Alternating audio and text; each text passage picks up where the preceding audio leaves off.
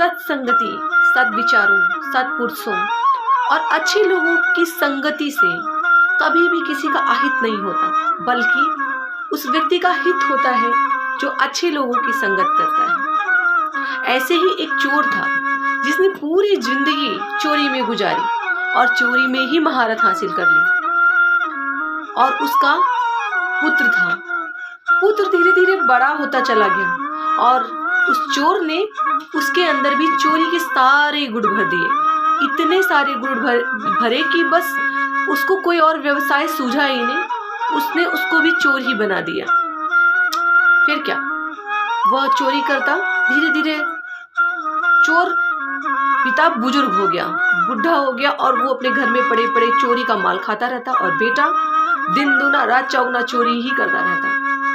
लेकिन बुजुर्ग पिता ने सिर्फ एक ही हिदायत दी थी कि कभी संतों के बीच में मत जाइएगा, कभी सत्पुरुषों के बीच में मत बैठिएगा, क्योंकि उससे सिर्फ आपका हित होगा। बस फिर क्या, पुत्र तो पुत्र चोर ही था और अपने पिता के आचरण और बातों का भी ध्यान रखना उसका परम धर्म हो गया। एक दिन वो राजा के महल में चोरी करने जा रहा था। जैसे ही वह राजा के महल में पहुंचा तो वहीं पर किसी व्यक्ति ने भागवत रच रखी थी और दिन में सब लोग अच्छी अच्छी बातों की चर्चाएं कर रहे थे। और उस चर्चा में एक व्यक्ति कह रहा था कि जिस व्यक्ति का नमक खाइए उसका कभी अहित मत करिए।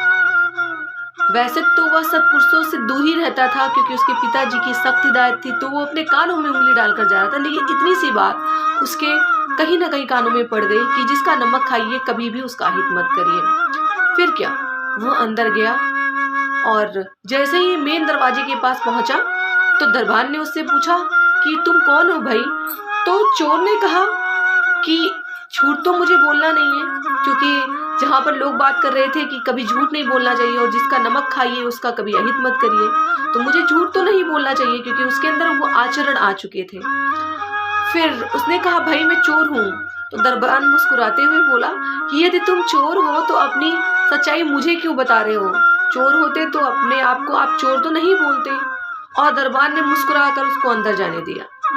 उसके आचरण में सत्पुरुषों की बातें आ चुकी थी कि कभी झूठ नहीं बोलना चाहिए और जिसका नमक खाइए कभी उसका अहित मत करिए। फिर क्या, वह अंदर चला गया और बहुत ढेर सारा खजाना उसने देखा और उसे धीरे धीरे एकत्रित करके एक झोले में डाला।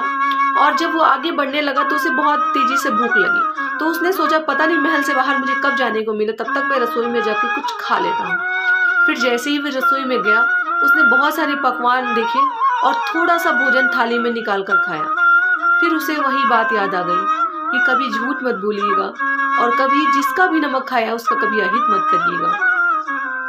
फिर क्या, उस चोर के मन में परिवर्तन हुआ कि मैंने तो राजा का नमक खा लिया है और मुझे इनका अहित नहीं करना चाहिए, यानी कि मुझे चोरी नहीं करनी चाहिए।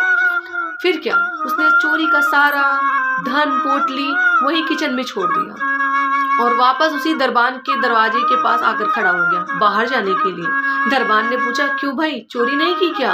तुम तो चोर थे ना? तो वो कहने लगा कि मैंने कहीं ना कहीं सुना है कि कभी झूठ नहीं बोलना चाहिए, तो मैंने आपसे झूठ नहीं बोला। और जिसका नमक खाइए उसका कभी अहित मत करिए। तो मैंने राजा की रसोई से भोजन किया है, इसलिए मुझे अब उनका अहित नहीं करना, इसलिए मैंने चोरी किया हुआ धन रसोई में ही रख दिया। तब तक रसोई से आवाज आई, रसोईया चिल्लाया कि भाई कोई चोर आया है, चोरी कर ले जा रहा है। तब तक दरबान ने उसको पकड़ लिया, पकड़कर राजा के सामने पेश किया। फिर क्या, राजा से उसने सारी बात बताई कि मैं बहुत बड़े चोर का मैंने पूरे जीवन सिर्फ चोरी सीखी है और मुझे कोई और काम नहीं आता, इसलिए मैं यही काम करता हूँ। लेकिन आज मैंने रास्ते में कुछ अच्छे लोगों को बात करते हुए सुना था कि कभी झूठ नहीं बोलना चाहिए और जिसका नमक खाइए कभी भी उसका अहित मत करिए।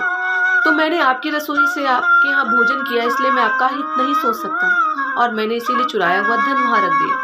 राजा को उसकी सत्य निष्ठा पर बड़ा ही गौरव महसूस हुआ और उन्होंने उस व्यक्ति को उसी दिन अपने ही राजमहल में नौकरी दे दी।